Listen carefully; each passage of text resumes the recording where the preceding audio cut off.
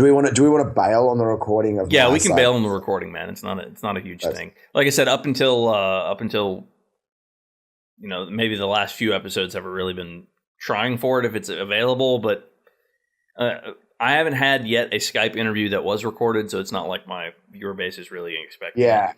And most of the viewers don't even watch it on YouTube. Like YouTube views are almost non-existent. It's all downloaded through iTunes and Stitcher and a couple other places. So most of my viewers come through that way. Yeah, that's in that case. We'll leave it there. Without further ado, this is Meow-Ludo Meow-Meow. Dude, what's with the name? Is that I can only assume that was something you changed. Yeah, so it's 11 years ago now I changed my name, and I'd always kind of wanted to change it when I was young, and then I decided, I think I was 21, I decided that I was going to change it, and we wrote down a list of names, and we came up with one that was funny. And it's actually very timely because I was watching Super Troopers around the time that Oh, okay, awesome. Because every time I told somebody that I was interviewing Meow-Ludo Meow-Meow, and they're like, that's not a real person. I was like, yes, it's seriously, that's the dude's name. And they're like, all right, well, you have to do Super Troopers. So the whole episode, you got to do as much Super Troopers as you can. I told them, no, that's too cheap. I'm not going to do it. The Super Troopers 2 is on its way out. Yes. There, so I'm going to have a whole new, crowdfunded. Crowdfunded. That is amazing. Yes, it was crowdfunded. A big chunk of it was crowdfunded. That's fantastic. I'm going to have a decade of new jokes to recycle. Of course. Of course. And it is always funny when police pull me over. But so far I pretty much set this joke up for you, dude. Did they ever do it? No. Oh, come on. Oh, yeah. I know, right? I know a few police officers, and that's got to still be their favorite movie. Come on, they've got to at least know about it. Yeah, maybe police in Australia don't seem to have a sense of humor. So. Oh, shame. The ones in America do, as long as you're white. Yeah. Not trying to sound like that's a real thing, but that's kind of a fucking real thing. Yeah, I think the cops over here are pretty much just cunts in general. I think it's if you're rich in Australia. So, I see. Yeah, rich and white goes a long way. So they sound a lot like They sound a lot like American cops, pretty much. Yeah, I think, what did my friend say? He said America is kind of like Bizarro Australia. Yeah, it is. It is in a lot of the ways. I also found a lot of parallels between us and the UK, like England. But then again, not so much as Australia. The more and more I look at Australia, the more I'm like, wow, we're a lot like Australia. Yeah, we actually, there's an interesting way that happened. But one of the things he said was, it's like, it's the worst kind of culture shock because you're so comfortable that everything just seems normal, except for that one little thing. In fact, every little thing. Like, you put cream in your coffee instead of milk. You put fucking cinnamon on your cappuccinos instead of chocolate. Of course. You get just comfortable enough that every little thing catches you off guard. Mm-hmm. But I think a big part of the reason that we're so much like America is obviously we import a lot of your media, but we had a thing called the cultural cringe around the early to mid 90s. And we actually deliberately made efforts to import more American culture and to move away from what we considered Australian culture. And that was like around the time of chuck another shrimp on the Barbie. Everyone's like, we don't want to be fucking chuck another shrimp on the Barbie. We don't want to be like this fucking... Oh, come on, man. What was it? Crocodile Dundee was the best. I'm sorry. He was the badass of all badasses when he came out. That's it. So we had this, what I consider, like we had this beautiful Australian emerging culture where we were really proud and had a solid identity. And that was like late 80s, early 90s. And then we had a change in government and that brought in the cultural cringe. And I think it's a fucking tragedy because it was kind of this like, we would think of ourselves as like larrikins, a bit rough around the edges, but also very intelligent. You know, we had things. It was a good way. It's a good, I think a good thing to see in the mirror. Yeah, and like it was, we didn't take ourselves too seriously, but we also, made impact. There was a big focus on reconciliation with Aboriginal people. We had movies like, Yahoo Serious doing the Ned Kelly movie. I forget what the actual that one. What was it? Yeah. Anyway, and he was like, I'm going to split the beer at him, and he came from Tasmania, and it was like, but it was this thing where we really embraced intelligence, and when we imported American culture, we also embraced the religious right and this like what you're seeing now with Trump of this. Oh, that's terrifying. Yeah, like I was saying, if Trump wins president, all of my European listeners, listen up. If Trump makes it as president, send help. Send help. Put together a rescue party. Come and get me. Did you see the? There was a Facebook post this week, and it was like American exceptionalism is when you like one of your candidates wants to build a wall, but if he gets in, you think that other countries will let you refugee to them. But we see it in Australia too. We have some of the world's worst refugee policies. I know. I've seen it. It's like, you know, you guys have like liberals and Democrats and Republicans. Yep. We have the Liberal Party and the Labor Party, but the Liberal Party is the Conservative Party here. So we call it Big L Liberal and Little L Liberal, depending on whether we're speaking about the party. Or that seems to be the problem here is that we've all shifted right. So now our right is way far off the map, and our left is centrist for the most part. And we have as well. So the person that put in the policies that we're actually fighting against now was the more left party. So it was like a race to the bottom at the last election. Yeah. Come on, man. We're not much better, to be honest. Yeah. Now in the past 2 episodes, you had Nathan Waters and Peter Zing. I did. They are running or I'm not sure if Nathan's running. I know he was looking at running. He did announce. Okay, fantastic. So he is running. So you got the third person. So I'm running as well for this. Oh, okay, fantastic. I was not aware that you were running. Oh, okay, yeah. So I'm running. Basically, this party is turning out to be so cool. It's just basically like the best people I can think of that whose opinions I respect the most. Well, hang on. Involved in politics. But before we get there was one thing that I think I almost stepped over. So I think what the problem is with the I guess the current political landscape is that we don't see each other. We see each other's, we're Americans, you know, we're Australians and the Brits and the Indians. We don't see ourselves as a collective species on a planet. We don't think big enough yet to understand really our place in all this. And all this bullshit, you know, this war and, you know, all of this nonsense that we tend to put up with, it's all meaningless. It doesn't mean anything. We're all one species. We could all make this a super fucking awesome place if we just did it. Definitely. So one of the most inspiring things I ever heard was I helped organize the inaugural Australian Astrobiology Conference. That sounds fun. Is there like swear word limits on your Not at all. thing? None. Good. Because that's really hard. It's fine. It's a built-in, ingrained part of my communication. I do it as well. I don't even notice that I'm doing it. I've been called out at restaurants. I'm like, sir, you can't speak like that in here. There are children. I don't know what the fuck you're talking about. I just do it. It's fine. So no, you get nothing to worry about. Just on we regularly, like in Australian culture, you know, it's like a big thing.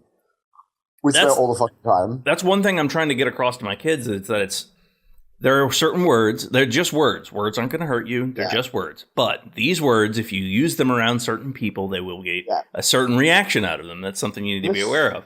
But they're still words. Words don't hurt anybody. There are places for those words. We had this guy from this show called Burke's Backyard, Don Burke, like the most sanitized, friendly, like you have Mr. Rogers. He would be the equivalent of that, right? And he was on a radio station talking about swearing. And he was on daytime TV and they were talking about swear words. And he's like, it's fucked. We've gone through all of them. Right. We've only got the C-bomb. It's the only good one we've got left. Oh, you still get looks for that one over here. If I was in the UK about this time last year, and dude, it's just cunt everywhere. Cunt is just a widely accepted thing. Everyone's a cunt. You're a cunt. I'm a cunt. It's fine. I love it. It's brilliant. So in Parliament, they've dropped the C-bomb before. Oh yes. And like. Do you know how much of a news story that would be on Fox if somebody in our Congress or the Senate, if they said the C word? I mean, I hate saying the C word. It sounds like you're two anytime you say the C word. So like fucking, I was at a business meeting last week, and the reason this tangent came from, I was at a business meeting and we were just like, oh yeah, he's a fucking sick cunt. He's a sick cunt. Like, and then I just like had this meta moment of analysis where I laughed at the fact that I'm like, we're in a business meeting and how different it was to my business meetings in San Francisco. That I can't, like, in business meetings here, it's really relaxed and easygoing. Yeah. I've got one better for you. I work for a healthcare organization that does like 80% of the state. If you know anything about this state, you'll know that they're Catholic. And I work for them. So when I start business meetings, I have to lead with a prayer. Wow. I am an atheist. Are you kidding? Are you allowed to have an atheist prayer? No. I'm sure I could probably play with it. I've basically found the most secular possible thing I could say. But I love hearing, like, we have vendors that sell to us from all over the world. So we've had people from like the UK and or just anywhere really. And there's a lot of places that are like, all right, well, we're going to get started. And as is tradition, if everyone will please bow. Everybody's like, oh no, they're not going to do this. You can just feel the uncomfortableness through the phone. It's great. Wow. But yeah, in where I work, in order for you to be considered to be hired, pretty much you have to have faith in something. Okay. So does science count?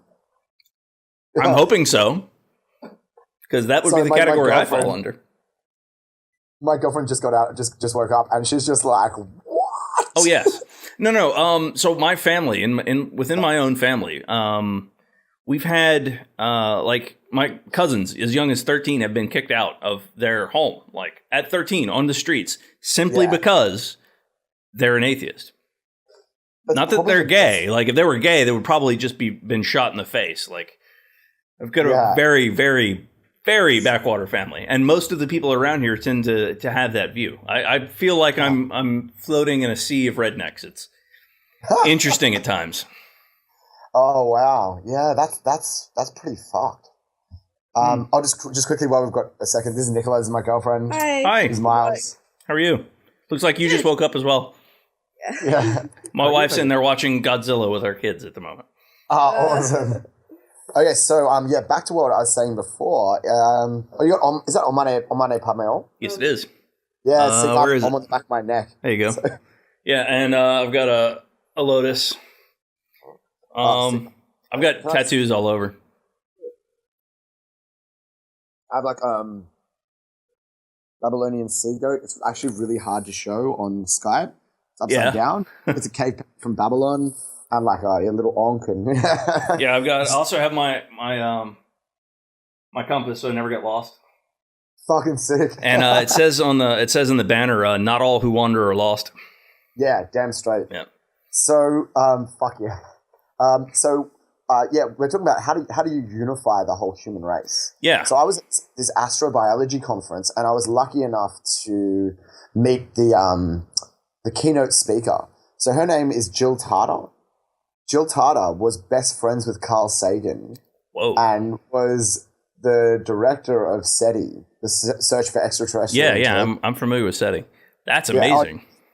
Every time I'm in radio or anything like this, I've learned now, man. I just every time I drop an acronym, I've got to explain it afterwards, because at the end they're like, okay, so I wrote down every acronym that you said throughout the show. Could you just go through and just give it one? No, if you don't know what SETI is, you're watching the wrong show. I'll tell you right now. If you're listening to this and you don't know what SETI is, you're flip to something else. Seriously, you're watching the wrong show.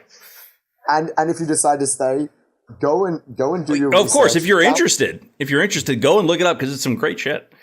Download that fucking program. Learn about this, because it's fucking awesome. And so I got involved in astrobiology by being a third-year student, and we actually have a NASA center at UNSW, which is my university, and we have a third-year class in astrobiology. Now, a lot of universities do first-year classes, but this was a third-year class. They chuck you in the deep end, and it's interdisciplinary class combining physics, geology, and biology.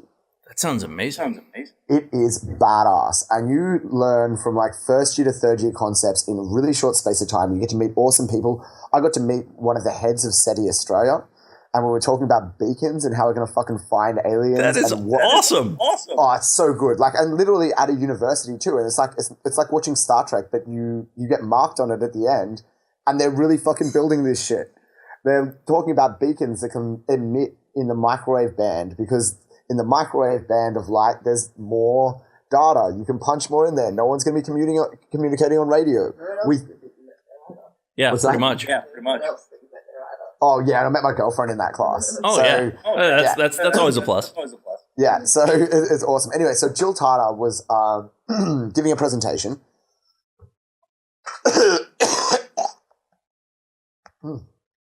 There we go. Okay. Buttered Jill coffee, Tarter man. was, Buttered coffee. I don't do the buttered coffee, man. I got to get into this. A lot of my Okay, friends it's really good. It's amazing. Like it's pretty much my breakfast, but also it'll make you cough like crazy. That's why I've got a big glass of water sitting right here next to the coffee. I'm with Nathan Waters. I'm modafinil on coffee. Yeah. Jody had, if you want some, there's some on the windowsill. Jill Tarter was asked the question, so you realize after a little while it was pretty obvious that you weren't going to pick up transmissions. Like you've been scanning the sky for 20, 30 years now. And the Fermi paradox, if the aliens are everywhere, where the hell are they? Because they're certainly not trying to contact us, otherwise we'd find them. Right. Tens of thousands, hundreds of thousands of planets that should have sentient life at a level that they can find us if they want. And he goes, why did you keep on doing it? Why are you still involved with SETI? And she said that it's not even about finding aliens. It's about looking for aliens. Because when you ask questions that big, it gets into the very nature of what we are as humans. And it's a dream big enough to unite the whole human race. I think so. I think that's kind of what it would take. I think if we ever get to the point where we get to do space cruises, like how badass of a trip would it be to where, you get to go and get on a spaceship and then we take a cruise and we take a loop around the moon or Mars or however far out you want to go. And then you come back to Earth and, you get to talk about, this time that you did a lap around the Earth and got to see what it's all about. Just this big ball of dirt floating through space. I mean, that's all we are. And I guess the thing that infuriated me growing up is I didn't like the idea that people could claim things from a source of, like from a point of authority and have absolutely no evidence whatsoever for that point of authority. I like to argue when I was young. Got me into a lot of trouble, but I reckon you probably still like to argue right now. I love to argue. I love to argue too, because I think about this, like arguing is great because an argument is constructive. Right. If it's done without any ego or that's what I like. Yeah, and I think I guess it shouldn't be necessarily arguing, just conversation. Yeah, well, I think about an argument from an academic kind of perspective, right? Which is I put forward an argument, and that if you're attacking me, that's not an argument. Right. That's a fight or a disagreement. But if you're attacking an idea, well, like, fuck, let's chuck them in the arena and let them beat the fuck out of each other until the true idea reigns supreme, right? Right. And then guess what?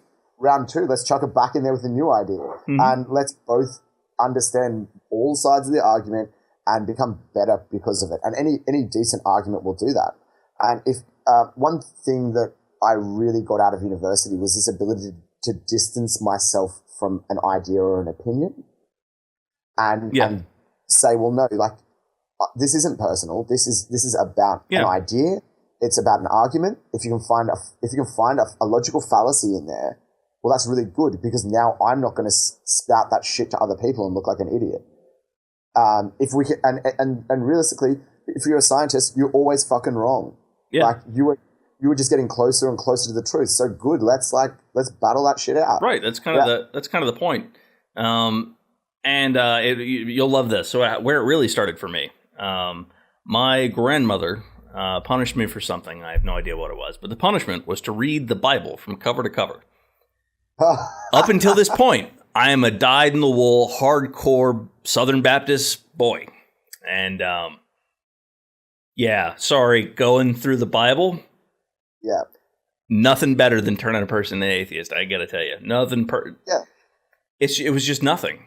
Like, it's not even very coherent. Like, it's full of a lot of really, really nasty shit. Yeah, one of the best strategies to get people to become an atheist is to get them to read the Bible. Yeah, pretty much. And it's really interesting because there's all these contradictions and things like that. But as a historical artifact, it's really interesting. It is. Because you've got Babylonian tales in there, you've got Sumerian tales in there. they kind of like smooshed it together to make the thing which can control the people the most. And then out of it, you get this thing which doesn't really make sense, but it's a legacy of some stuff that we've lost, like, some ancient tales and things. So it's kind of fun in that respect. But like, you want to fucking live your life based on 2,000-year-old desert scribblings, you got problems. Yeah, for the most part. And I think that universally. Now, I'm not saying there aren't some beautiful thoughts and ideas about the universe that I think are out there. Like, most people think, oh, you're an atheist. Well, you must be just this evil bastard. No, we're still ultimately all one species living on a planet, and we can make this a really cool place if we try.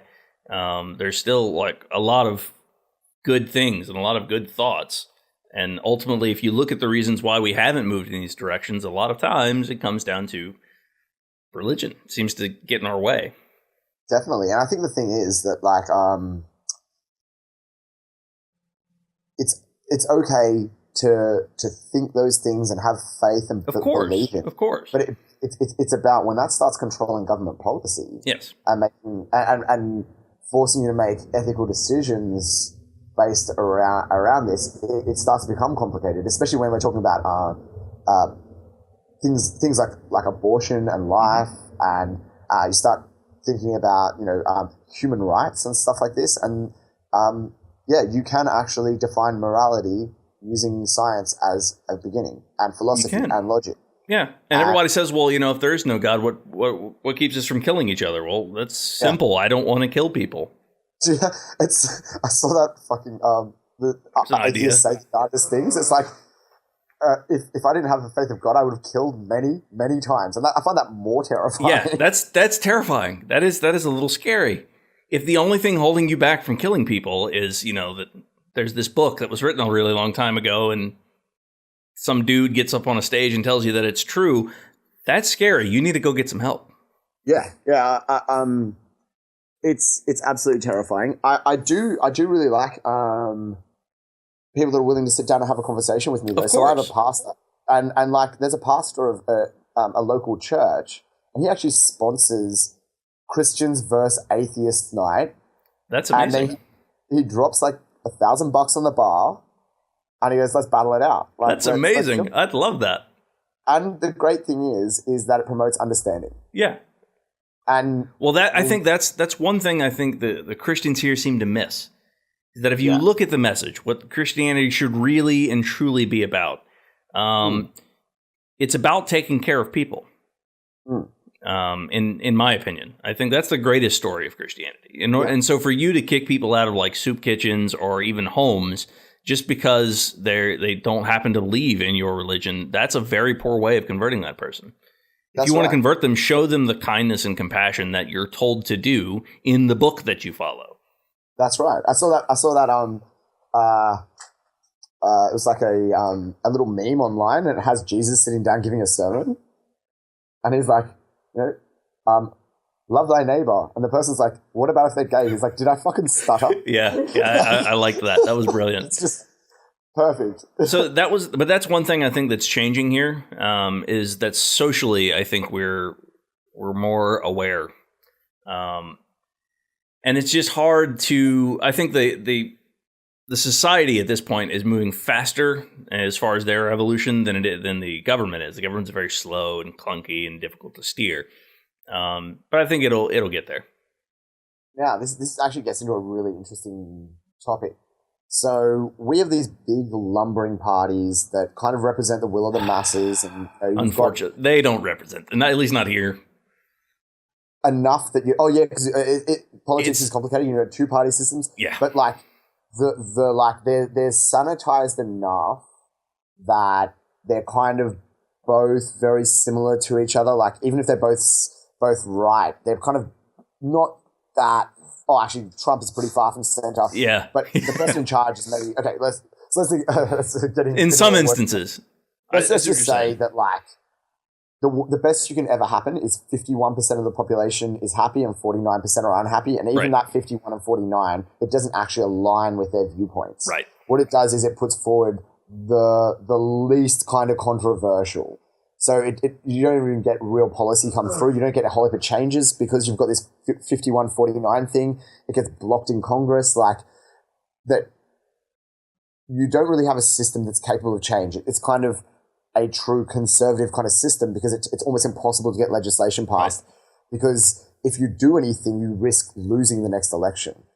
And you see this with Obamacare right now, right? Yes. So somebody who actually just gets in and goes, fuck, I'm going to change this shit, may get that whole thing destroyed because they're making change. It doesn't even matter what the fucking idea is. So what happens is as we start accelerating with technology and we're like fucking on that hockey stick curve, you know, we're deep into it. 3-year, 4-year elections, like that is going to be such a huge amount of time when technology accelerates that you need systems that can keep up with that. And we are so hopelessly inadequately capable of doing that at the moment. Like, I think watching that is going to be incredible. Like, even in Australia with a similar system, policy has to be written so quickly to keep up with technology, and no one's even talking about it. Our old Prime Minister literally goes, I don't believe in Facebook. It's like someone graffitiing on your wall. What the fuck? Like, dude. Okay. The Greens Party, which is like the option C, it's the environmental party, which I'm kind of running against because like I like 90% of their policy, and then they've got this big anti-GMO, anti-nuclear thing. And I'm like, okay, we can't kind of like say we like climate science and then use the arguments that the climate science deniers use against climate they take that logic and use it against GMO. Right. Like, you can't prove that it's safe. You can't prove that, you know, and they're basically using exactly the same logic. I'm like, you get to pick either you're like climate change deniers and GMO deniers, or you're for both of them, because you have to, if you say we're using science, you use fucking science. Right.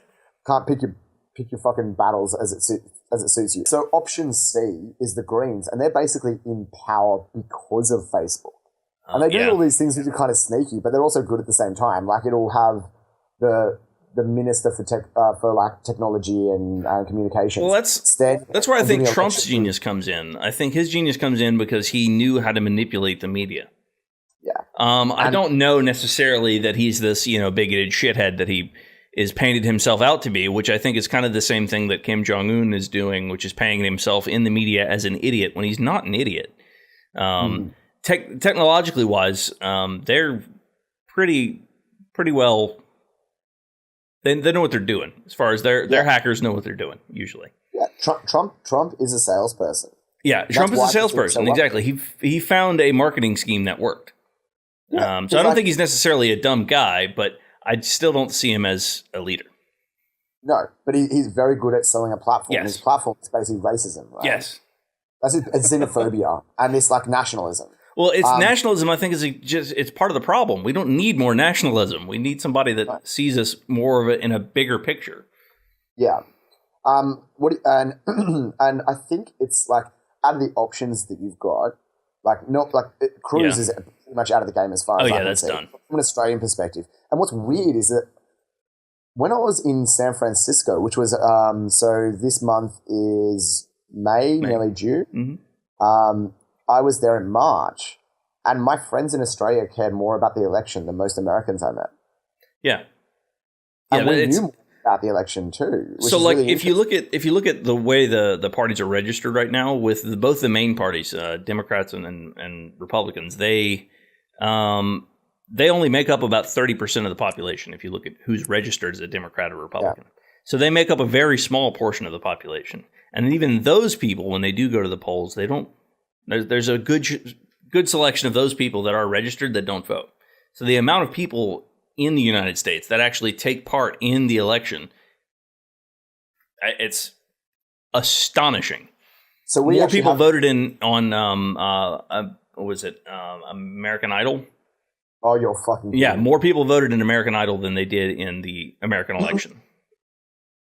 Far out. My girlfriend's laughing at this. Yeah, we don't get a day off for election day. We have to take time off of work to go vote, and we don't get paid for that time. Either you take PTO or you just don't get paid for that time.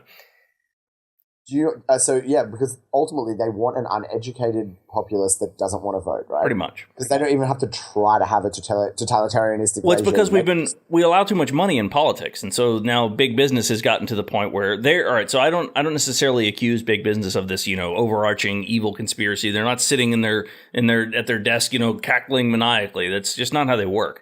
Businesses are made to make money. That is their function. Every tiny little cog that makes up a business, every little piece is there to make money. That's what they're going to do. And if they have the ability to influence politics in order to make money, that's what they're going to do. And that's what they have done. Oh, they own the system. Yeah, you speak so much sense, right? This is like when I talk, and I agree, and they're not doing anything wrong because they're allowed to do this, right? It's legal. And if you can lobby both sides, well, if you answer to your shareholders and not people, you're going to do what's right for the business. And you have to think about it like an organism. You know, I'm pro Monsanto, and a lot of my friends are not. A lot of my friends are like left-wing, green, hippies. And I say no. I'm okay with GMOs. I don't see any problem with them. If it weren't for GMOs, we would not be able to support the number of us that are now. We are currently using GMOs. Yeah, and everywhere. And the thing is that and the big thing is Monsantos and GMOs are separate issues, but at the same time they are the same issue when we're talking about them. Obviously, I'm.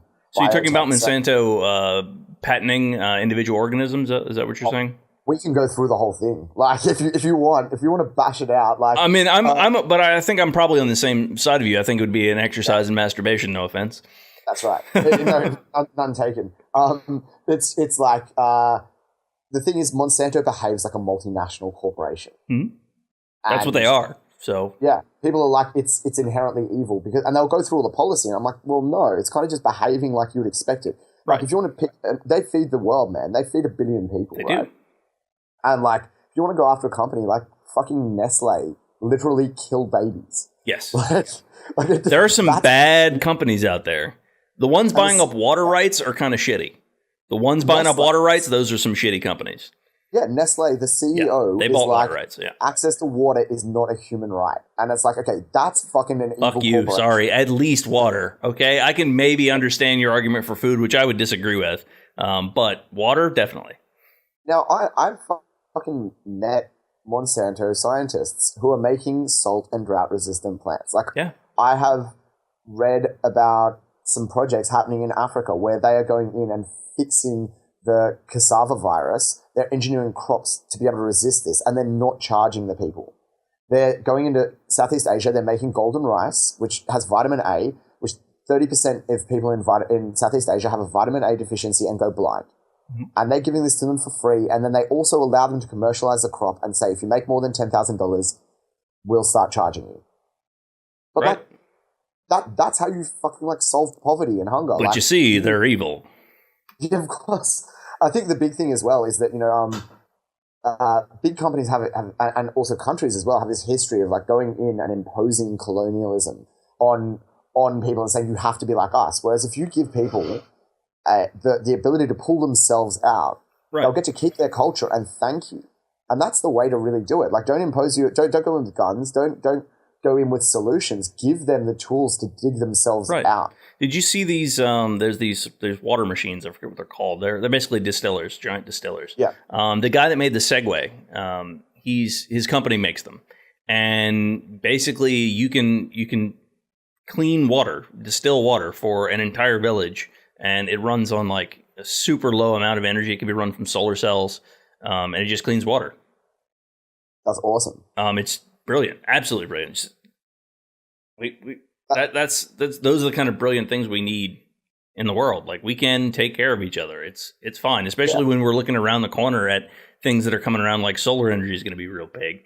We've tested the Stellarator in Germany. I mean, that's going to be potentially fusion. We're definitely some time off, but energy is going to be cheap.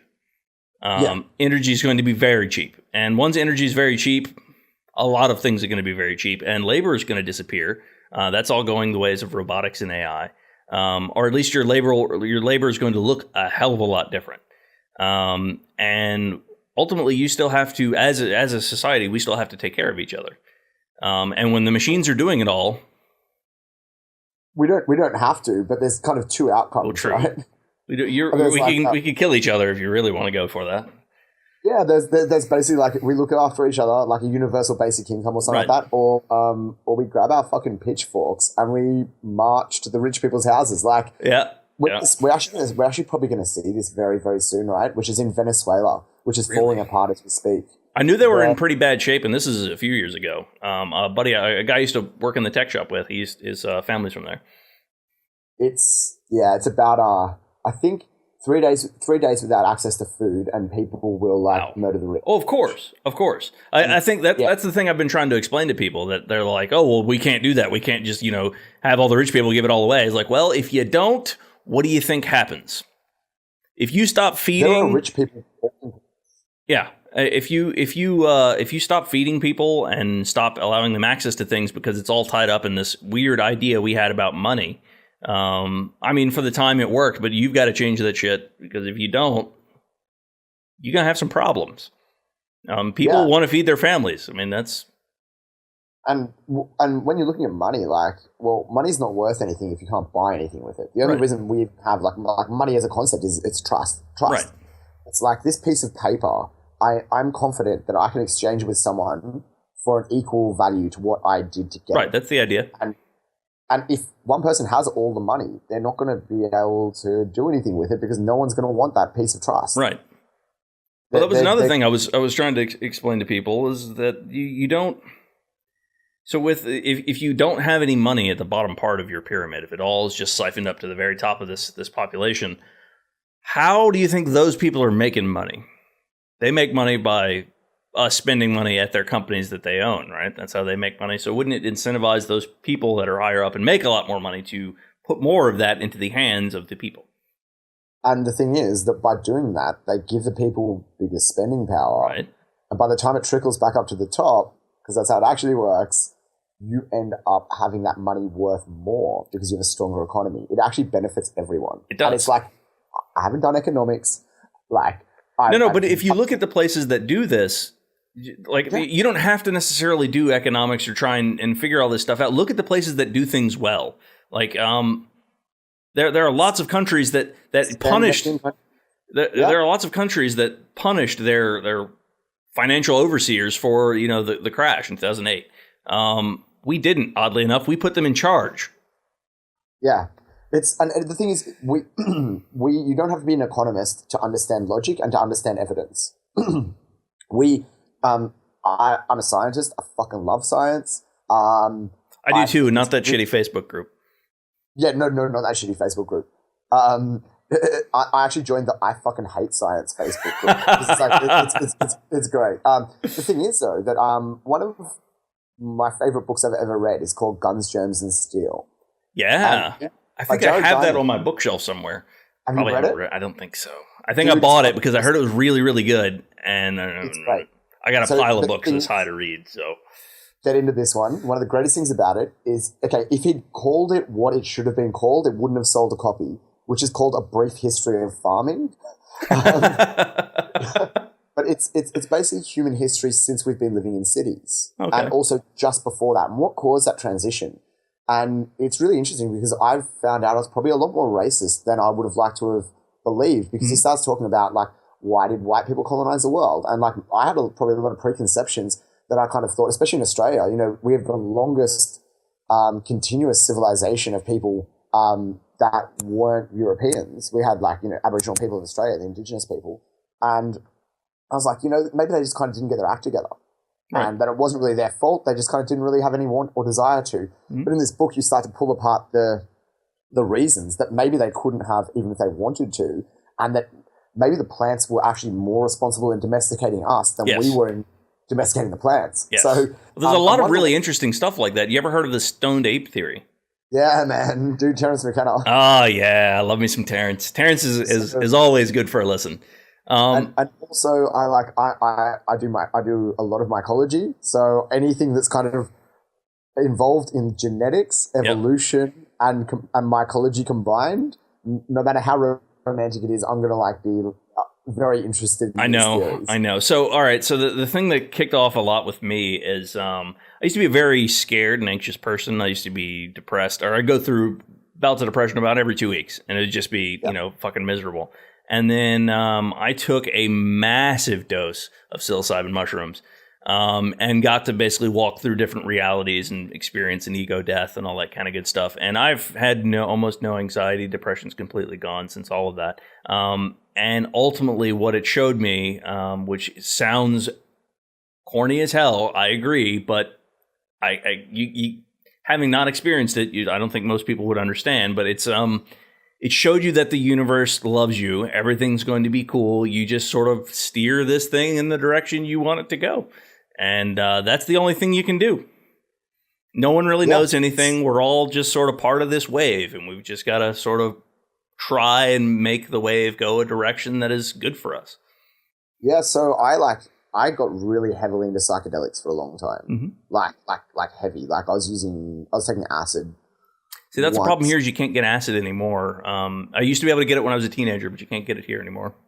Yeah, it's pretty tricky, even in Australia, to get proper acid and good acid. I was taking acid like every 3 days for like 6 months. Mm-hmm. And then, like outside of that, like years and years. And then also like trying other things like DMT. Oh, see, I haven't had the opportunity to really go deep on a DMT trip. Yeah. I really want to. That's supposed to be amazing. It's a pretty special time. I've had a little bit, and I've got to see a little bit about what it's about. But I really want to go deep. That's my best time is I like going as deep as possible. Like I like seeing what's out there. It's a weird place. Yeah, it's a very weird place. What's interesting though is it's probably like it's the most human I've ever felt. Yeah. Most people describe it that way. Yeah, you still feel like you're human. You're still you. It's almost like this is less. What do the Buddhists call it? Maya, mm-hmm. which is illusion, and that like their concept of kind of seeing things for the way they are is to get rid of all of the filters in reality and realize that this is like a shadow of what's actually there. And on DMT, it's a very reliable, quick way to like smash all that away. Yeah, I've heard it's basically a train ticket to go see God. Yeah, or I think it's like just injecting the universe into your brain. Yeah, pretty much. Like, and like, man, the best like if you're a science student, well, someone said to me, I think they were quoting someone else. They were like, psychedelics are for artists, writers, philosophers, and scientists. They have to be for scientists. Look at they have to be for scientists. There's no other. It's such a great way to remove the ego, or people just exploring their own reality, where they find themselves, like helping to sort of slow down everything that's going on around you, because we tend to get wrapped up in the momentum of our lives. Like everything that we're doing sort of just takes us in a direction. Like even with my career, like it's just sort of carried me along in this direction, and I haven't actually thought about, wait a second, do I really want to do this, or is just this the thing I'm doing right now to make some money? And it's just the thing I'm doing right now to make some money. I really would ultimately rather be doing something that I'm truly interested in. I think that's what most people should do, but it takes some time for you to find that. You can't just be like, I want to be famous. Okay, well, what do you want to do? Like, you can be famous, but you have to find something, I think, that you would do even if you weren't getting paid to do it. Like, even if this show never makes a dime, I don't care. I like doing this. I enjoy the conversations and the people that I meet. Funnily enough, I am doing something that doesn't pay me. I know, and I think that for the people that can, I really would like to. I want this show to go well. I want feedback and criticism. I want to bring people a quality show, things that they want to see, and if I can get some feedback and make that happen and get to the point where I'm making money, great. Yeah. That's awesome. So I'm gonna pitch something just quick. Yeah. So I like scientific approaches to problems with the Guns, Germs, and Steel. Oh, yes. I'm sorry. Go ahead. He looks at history not from a European perspective, but from a Southeast Asian perspective, because he's got all of these little islands that just have one slight variation all the way across them. So we can actually test all these ideas about what forms of society, what forms farming societies, what ways of government naturally arise, because we can see all these tiny little experiments, like literally hundreds, potentially thousands of experiments going on. And European history can be kind of boring from that perspective because we only have one narrative, right? But we can say, okay, well, from this, we can make decisions because it's basically scientific experiments with controls that were done without us even trying. But we have that data and we can use that to make decisions. Now, I'm going to go read that book after I get off of this recording because that sounds amazing. Now, we can use science and the scientific methodology and apply it to heaps of stuff. One of the things that changed my life was actually reading a book called The Lean Startup by Martin Rees, I think it was. And he said, what happens if we apply the principles of science to business? And that's what's kind of actually launched the whole startup revolution. And it's cool because business people are taking this on. I wasn't a business person. I was like, business is dirty, business is evil. Yeah. When I'm reading this book, he's like, well, we can look at ways of applying rapid iteration and speaking to people and learning through purchasing what people want and how people like to buy things. And if you're clever, you can do this thing called, like, they call it growth hacking, which is basically like, looking at the population and then through taking a product that's kind of shit, but selling it to people and maybe selling them 5 different variants on that, and then seeing which one people buy, and then using that as a genetic seed for the next algorithm, and then getting 5 different variations on that, and then picking the one that's best. And you basically evolve a product. Yeah, that makes sense. And from a science perspective, I'm like, well, that's kind of not evil. It's kind of actually not telling people what they need, but finding out through selling them stuff what they need. And that's okay, because if they don't want it, they won't buy it. Right, exactly. If they don't like the show, don't watch it. I mean, it's fine. Yeah.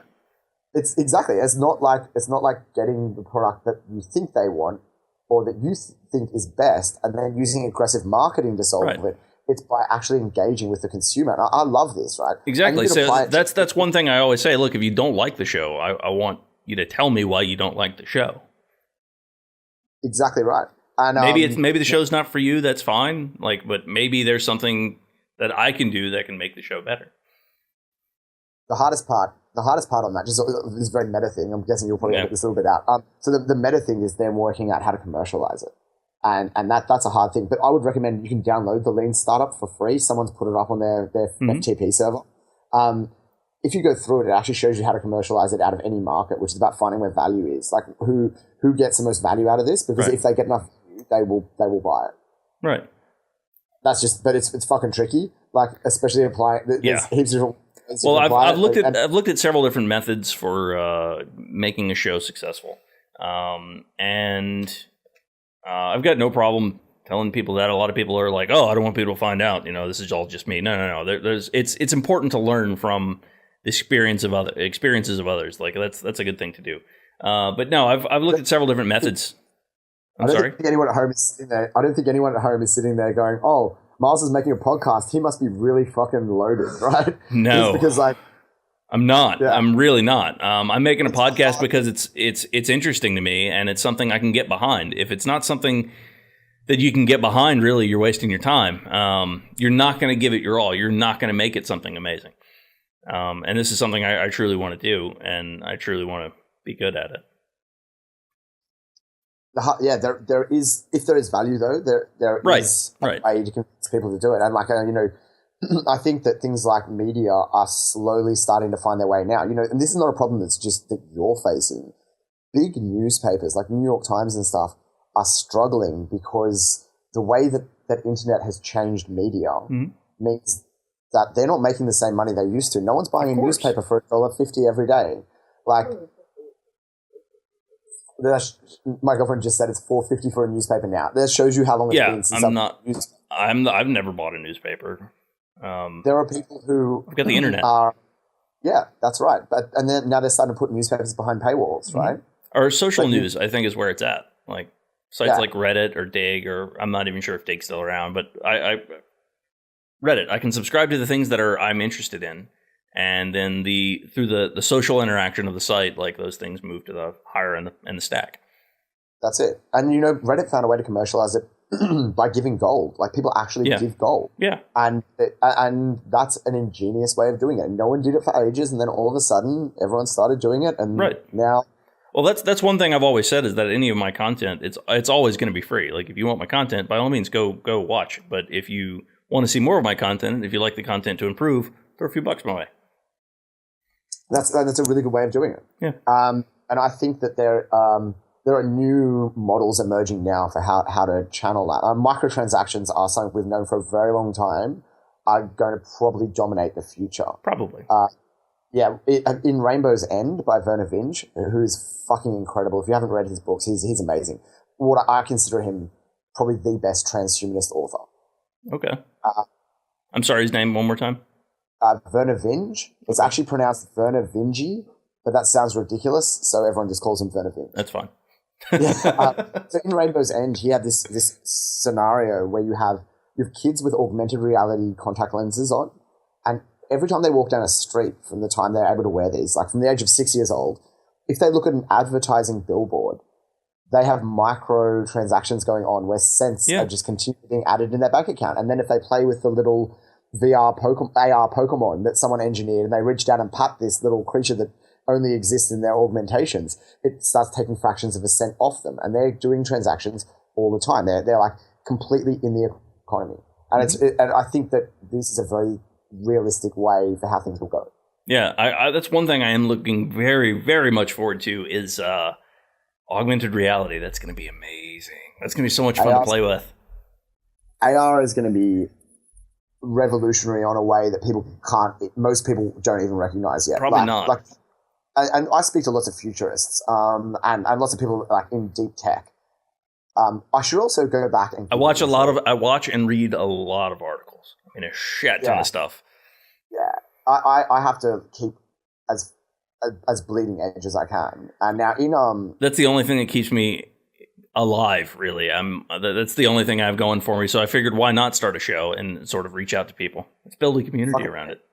And you've got to fucking set up a biohack lab in the deep south with fucking David Ishii, man, because that will fucking change the world. So that sounds amazing. I was looking at some of the biohack stuff. That's actually where I got.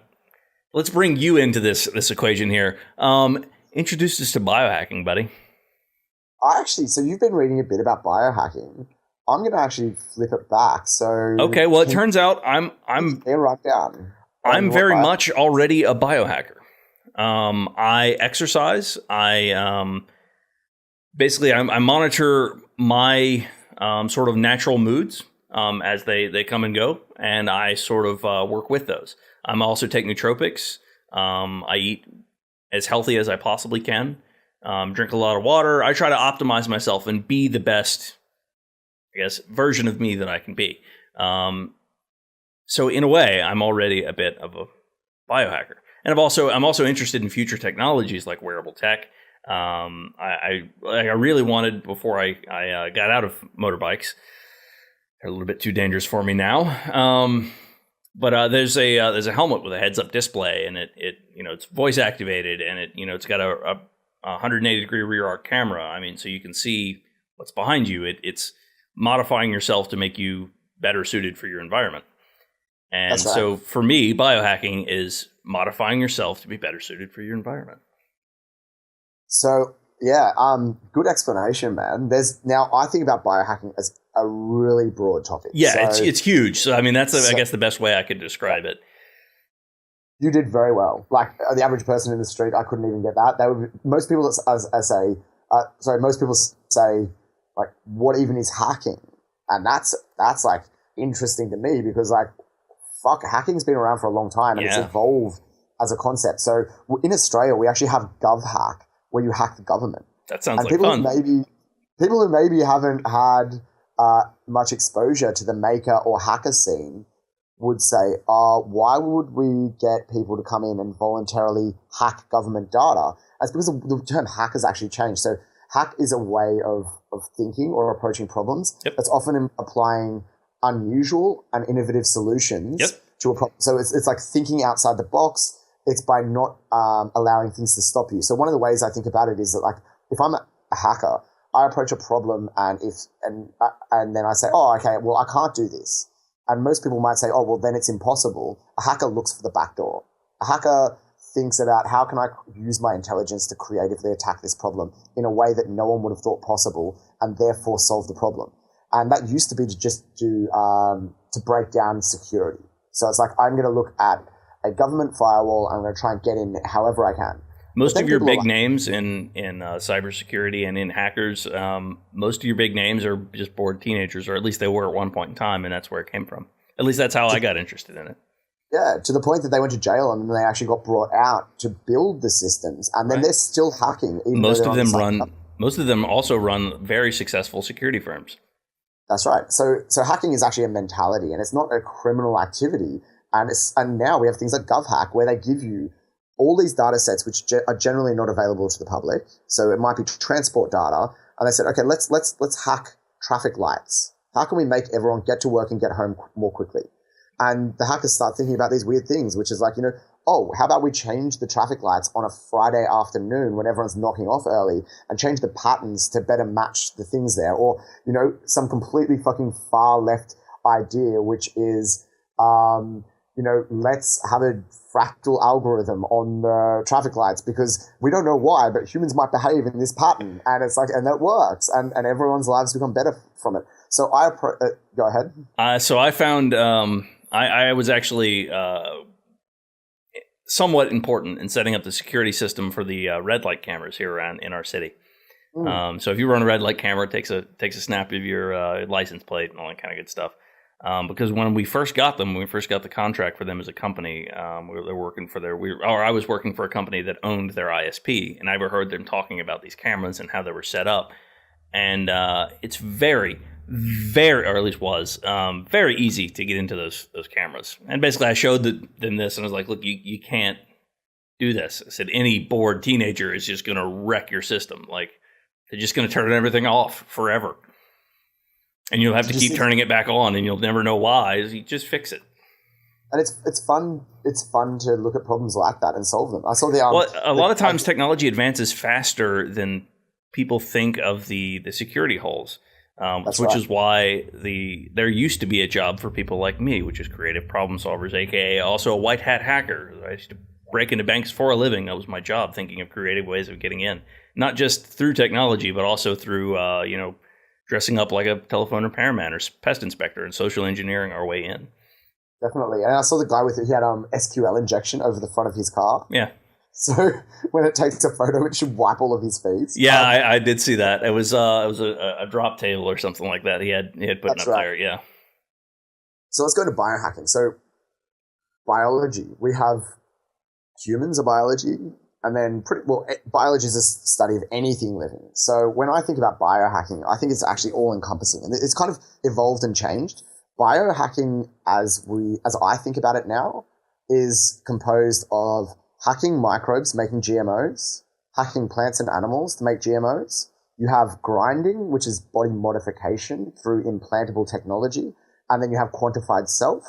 And quantified self is the parts you were talking about. Mm-hmm. And in the beginning, the thing which kind of really kicked the movement off was actually at black hacking conferences in Vegas. People started to do molecular biology on stage. Mm-hmm. So, and that was really interesting. So the reason this was able to kind of happen was you had some big booms and busts in biotech.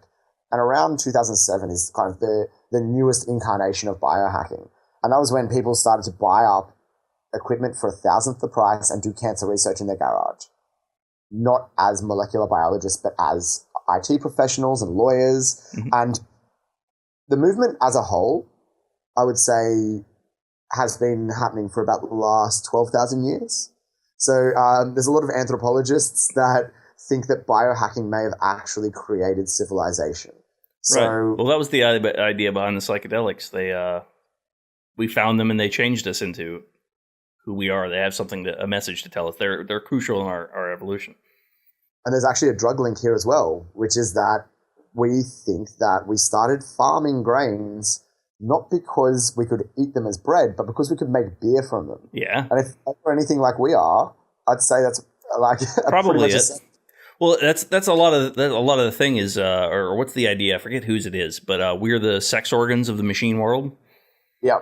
Exactly right. That's fucking sick. We are the sex organs of the machine world. All of our tendencies and everything that we drive to do is driving toward creating this next technology. Like that's exactly right. It's got a momentum of its own. It does. And it's pointless to think you can stand in the way of it. Like it's a snowball. Yes. Anyway, so you've got these grains. We found cultivated yeast.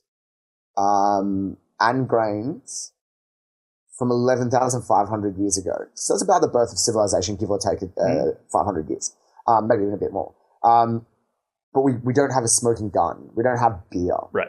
Now, in Mexico, though, we have Tierra Of course not. They drank it. That's exactly right. Now in Mexico, their harvestable crops was teosinte, and that was their staple.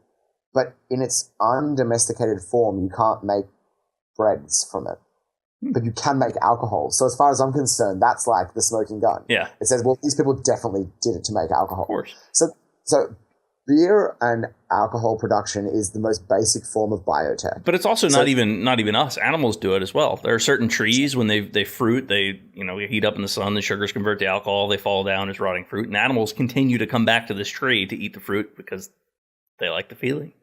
Exactly right. So that is a technology to spread their seeds, and we've basically, the whole human race is kind of founded on using microbes to make something that we like, convert two things, convert sugars into alcohol.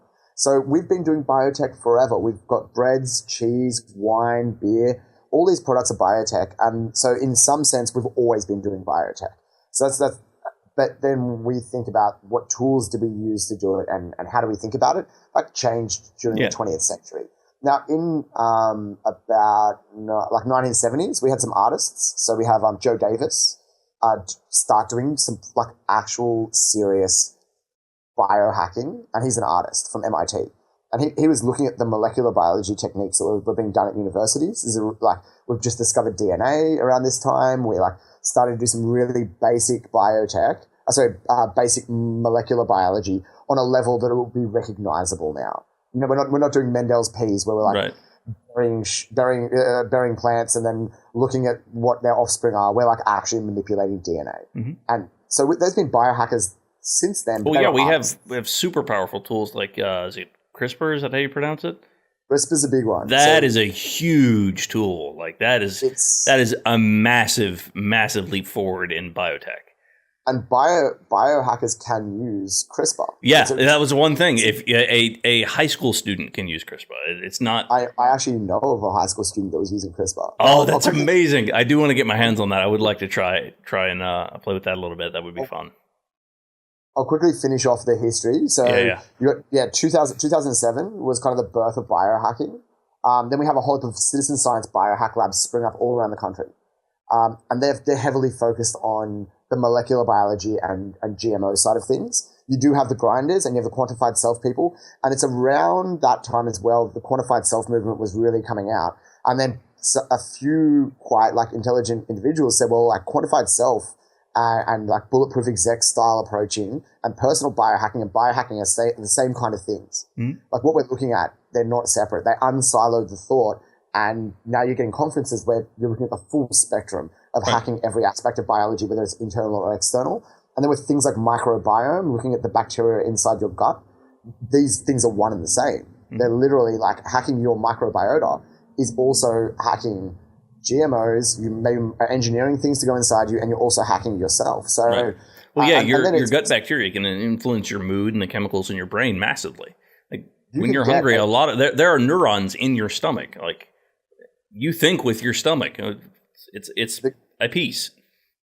And all of the serotonin production, all those neurotransmitters begin down there. And then, they do. You have people who've gotten poo transplants. Yeah, I've seen those fecal matter transplants. Yeah, overweight to anorexic. So yes, this does have a huge effect. It does. So anyway, so the citizen science biohack movement's really, really new. So less than 10 years old. There is biohack labs literally popping up every single day somewhere in the world. There was a stage when I knew the name of every biohack space on the planet easily. There was one event a month. Too many to memorize now? You can't do it.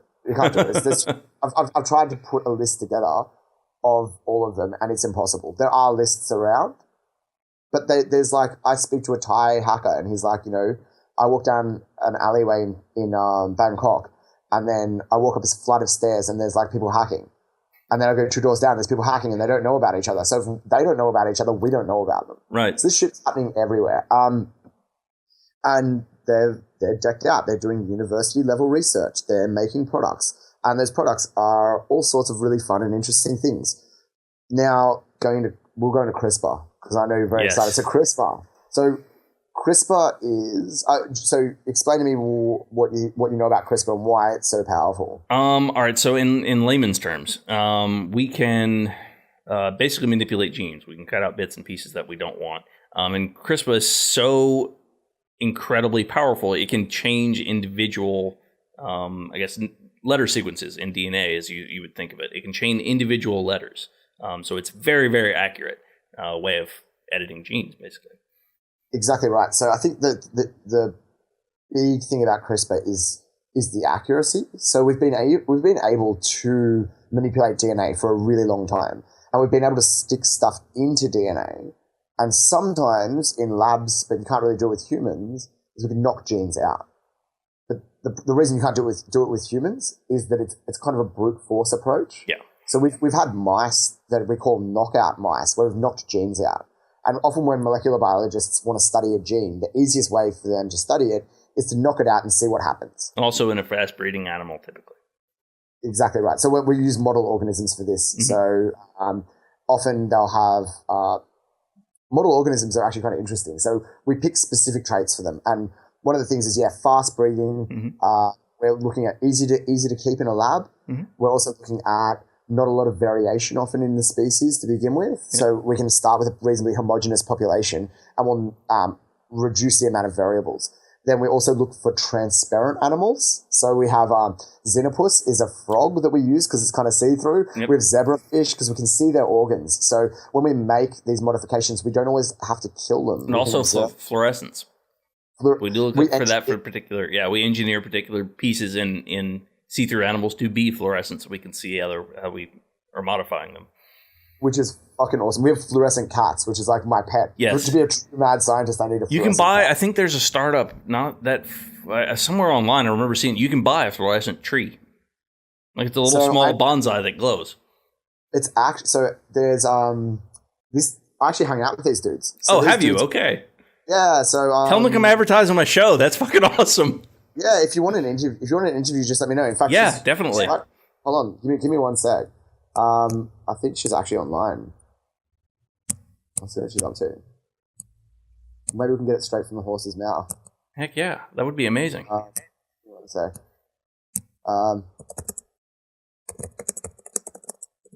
So she just left and now she's working on her own project. Okay.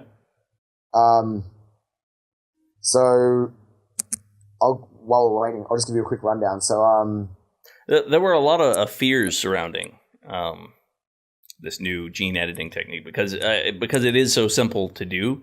But I think because it's so simple to do and because it hits so heavily whenever it is introduced, like say you introduce a modified organism into the species, if it's something that produces rapidly, like an insect, you can potentially, or a lot of times, change the entire species. But the good thing is you can change it back. It's so easy to do, it's easy to change back. We can take the changes back. So there was actually something really interesting that happened, which was a genetic modification swept through fruit flies, Drosophila. Oh, really? But the ones we've been using in the lab, we've been using continuously for so long that they weren't in contact with the environment. I see. So they wouldn't survive. We had at one stage, and we still do, kind of have two genetically separate versions of this species. Oh wait, so we've diverged their paths so much that are they incapable of breeding with one another? Or so they're still capable of breeding with each other, but every single one in the wild has a different genetic makeup because of some virus or something that swept through, to the point that you can identify whether a Drosophila came from a lab or whether it came from the environment, because they were isolated when this went through the environment. And generally we call it a genetic sweep. So this is a change that is so powerful that if you didn't have that gene, you're left behind and you die and you don't reproduce. Let's get into the fun stuff. So HAR1. This is probably my favorite part of the human genome. Okay. And this is an example of a selective sweep.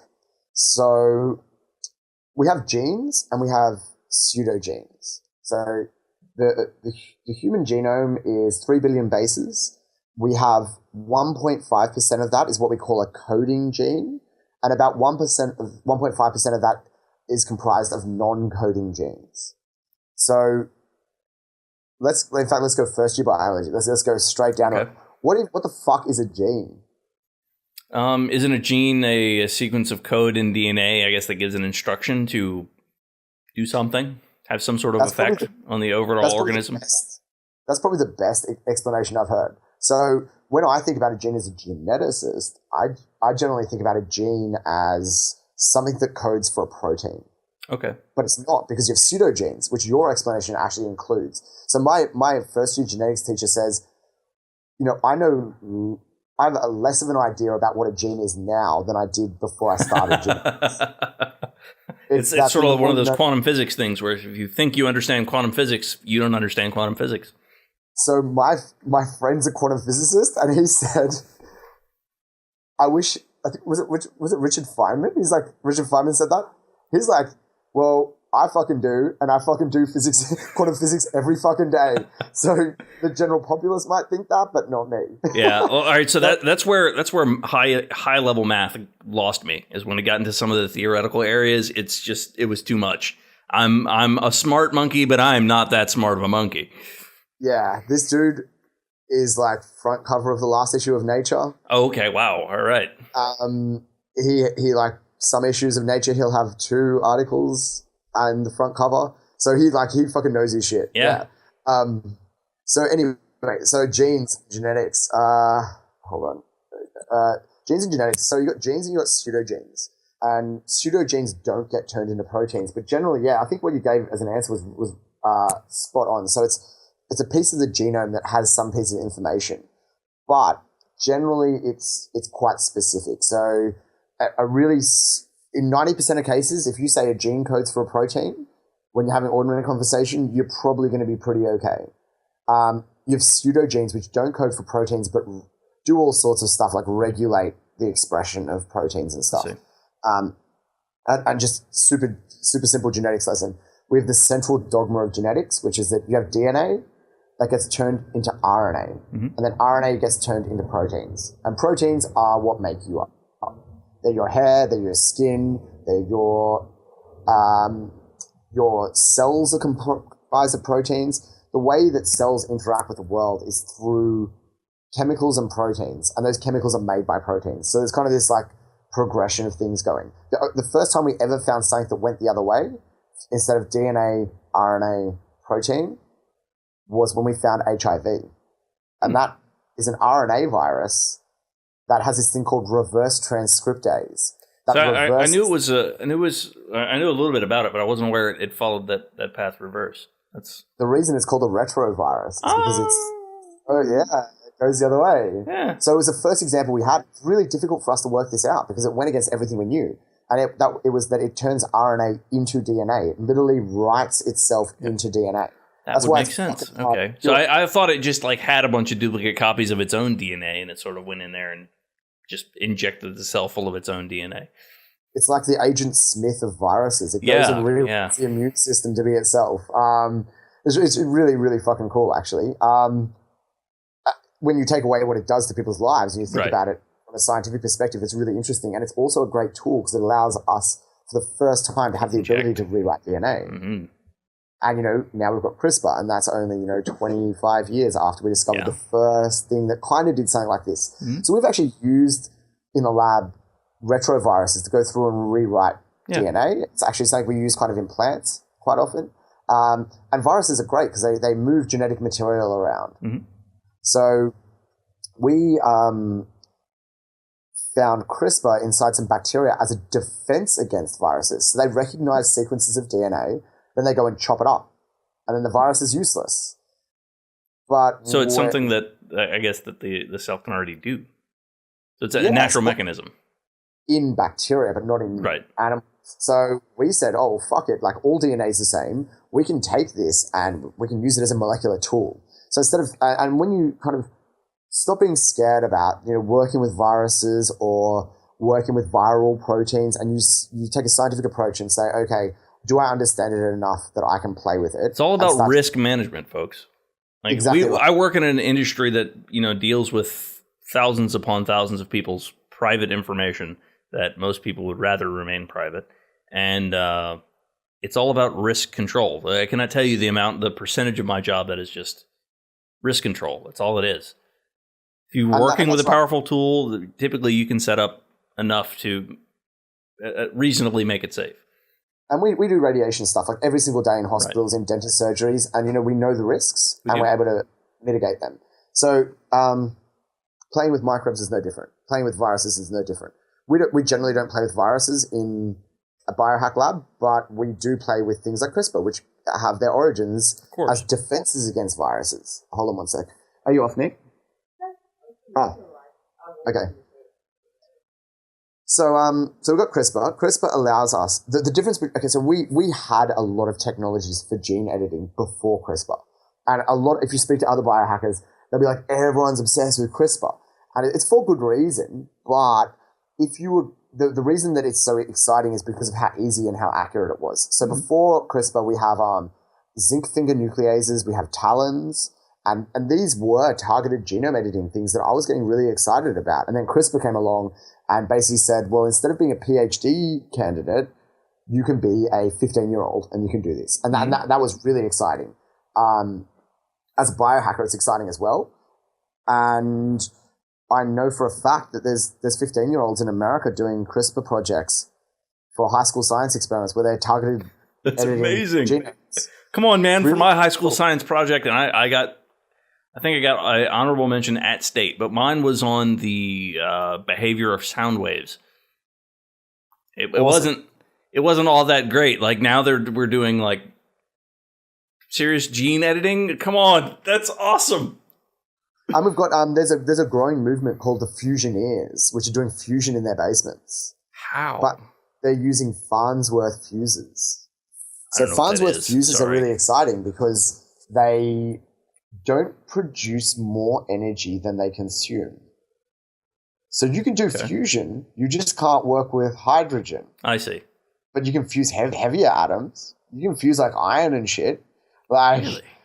And you can do it really simply. And this was discovered ages ago, but no one wants to do it because like the amounts of minerals and isotopes and stuff that you're getting out are so small that you can't really do it commercially on any way that's going to make you money. And it takes heaps of energy. It's just fun. If you want to be a fucking modern day alchemist, like literally do alchemy. That's so cool. Do it. And if all you care about is like learning about it and building a fusion reactor, you can do it. Of course. And it looks fucking badass. I'm sure. It sounds amazing. Yeah. So, let's go back to CRISPR. CRISPR is really important because we can do a Control S, Control X, Control V. Mm-hmm. This opens up genetic therapy. It's probably the most exciting application of this. And we can do this in a small way to do proof of concept stuff in biohack labs. So we can take human cell cultures. If you have a certified facility, which Biohack in Australia, my lab, Biofoundry, we have certified facilities to do this. We can go in and we can chop out genes we think might be causing cancer in cancerous cells. That's amazing. And we deal with cancerous cells all the time, and we can see whether it works. And if it doesn't, we can go back and try again. So how do you acquire things like that? Like how do you acquire your genetic base for doing anything? Yeah. So when you're working, we call it cell culture. And when we say cell culture, we are generally talking about mammalian cell culture, and we're generally talking about human cell culture. So in essence, if you have like bacteria growing on a petri dish, that is culturing cells. Right. But it's short. We have cell culture and tissue culture, and that's the difference. And that's generally talking about working with human cells. So these cell lines, there's a whole heap of different types. There's primary cell lines. There's cancerous immortalized cell lines, they call them. Mm-hmm. And they're generally collected from patients who have given consent to have their cancers. So when you sign that release going, hey, I'd like this to go to science. In the very beginning, though, when we still use these cells, they weren't actually even asked for consent. Really? So HeLa, the most common cell line you encounter was actually... I mean, I don't care. I think it shouldn't matter. If you're not... We're going to incinerate these cells or we're going to use them to better the human race? Let's fucking use them. Now, there's a big, huge tangle here, though. Because so HeLa, Henrietta Lacks, if you take the first two letters of her name, you get HeLa. Mm-hmm. We work with HeLa cells. And they're actually a cervical cancer vaccine, a cervical cancer cell line. I see. So they took the cervical cancer biopsy and then they started culturing them, and they found that they were like the easiest, best cells to culture. Okay. Can you hold on one sec? Sure. Nick? Can you hear that in the background? Vaguely. Oh, no, that's all right. You can keep going, Nick. No, it's fine. Okay, cool. Thank you, my love. So Henrietta Lacks has these cells that were on her cervix, and then they were taken, they were cultured, and we found they were really easy to grow. So we kept on growing them, and we've still got them being grown now. I actually work with HeLa cells. Wow. Now, you should give this to science. The problem was that people started patenting them and selling them. Oh, come on. You can't do that. Her family didn't get anything. They didn't even get a fucking mention in the papers. That's the worst. So we've got all these papers that were like written, and the scientific advances were discovered using this. Right. And no one ever acknowledged that they were from her. And she was like a black lady in the 50s. She could have used it. Her grandchildren felt like she got ripped off. That she needed something, especially when people were profiting from her cells. Of course. I think there's a profit that's definitely coming from someone. Like, give them something. I mean, so what ended up happening was, now if you use HeLa cells, at the end of every paper you have to give an acknowledgement to her. There was no money that changed hands. That's fine. But they said something. Enough. Yeah, like I said, money's not necessarily the greatest thing that ever was as far as trading goods and services, but something. That's it. So she has an immortal life. As long as those cells exist, she is immortalized. That's amazing. Which is fucking cool. I wonder if anybody will ever clone her. Well, there's actually a genetic variant. I love the way you did that. That was amazing. Even about, So if you think about it, these cells have been dividing exponentially since they took her sample. Right. There's about 6 times more than her original body mass has been cultured. Wow. Which is incredible. Like, she's everywhere. She's a very popular DNA. People have argued that maybe those cells are actually a different organism than she was, and maybe they should be given their own scientific name because they've become something else. They're a new living organism that reproduces by scientists getting grants. That's like which causes its reproduction. Oh, that was beautifully put. I love that. That's amazing. Oh, yeah, that's really good. Yeah, man, I don't know. This is the stage where things tend to break down. I can only hold on to these high level ideas for very brief periods of time. So we've done an hour and 35 minutes. It's been absolutely excellent, like 100% amazing. We have to do this again. So far, every person that I've talked to from Peter on down, every person that I've been introduced to in the chain has been absolutely brilliant and nothing but a treat to talk to. So like I said, even if this channel, I've got a few listeners, I have faith that this is going to go somewhere just because I'm putting the energy and time and everything that's into it that's necessary. So if ever you guys have anything you want to pitch on the show, any sort of ideas, commercials, any product that you're running, anything like that, my audience is your audience, as long as I can stand behind it. Obviously, I'm not going to sell you cheap Chinese made bullshit. I'm not in the business of selling knickknacks.